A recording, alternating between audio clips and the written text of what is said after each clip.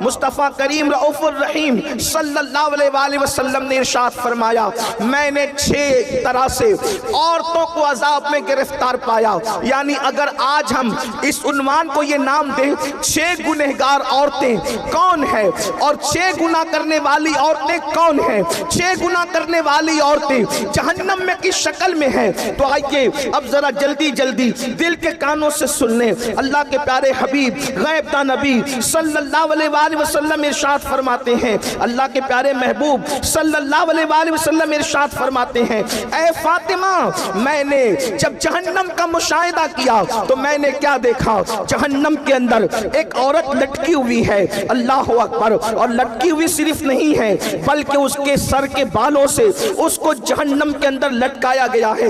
دل کے کانوں سے سننا, یہ کسی سیاسی لیڈر کی گفتگو نہیں, یہ کسی خطیب کی خطابت کی دولانیاں نہیں, معاذ اللہ یہ مبالغہ آرائیاں نہیں, بلکہ یہ اس رسول کا فرمان ہے جس نے اپنی زبان کو اتنا محتاط رکھا جب تک کہ حکم الہی نہیں ہوتا اس وقت تک زبان رسول کو جنبش نہیں ہوتی. اللہ اکبر. وہ زبان کیا تھی, کنجی تھی.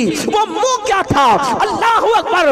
وہ دہانے مبارکہ کی شان یہ تھی, میرے امام کہتے ہیں وہ دہن جس کی ہر بات تو وحی خدا, چشمہ علم و حکمت میں لاکھوں سلام. وہ زبان جس کو سب کنجی کہے اس کی نافذ حکومت میں لاکھوں سلام. اللہ کے سچے سچے نبی صادق و مصدوق فرماتے ہیں ایک عورت کو جہنم میں لٹکایا گیا ہے, اس کے سر کے بالوں کو باندھ دیا گیا ہے اور اس کا حال یہ ہے اس کی کھوپڑی کھول رہی ہے, جہنم کی آگ سے اس کی کھوپڑی کھول رہی ہے. ذرا اندازہ تو کرو اے خاتون جنت کی کنیزوں, اگر بتی کے چٹکے کی تاب نہ لانے والی میری بہن, اگر صرف جہنم میں تجھے لٹکایا جاتا تو اللہ اکبر یہ بھی کم نہیں تھا, بلکہ اللہ اللہ وہ جہنم جس کی آگ دنیا کی آگ سے 70 درجہ زیادہ تیز ہے کوئی برداشت کرنے والا, بڑے سے بڑا قوت والا, بڑے سے بڑا طاقت والا. تمہیں پتا ہے دنیا کی آگ پتھروں کو نہیں جلا سکتی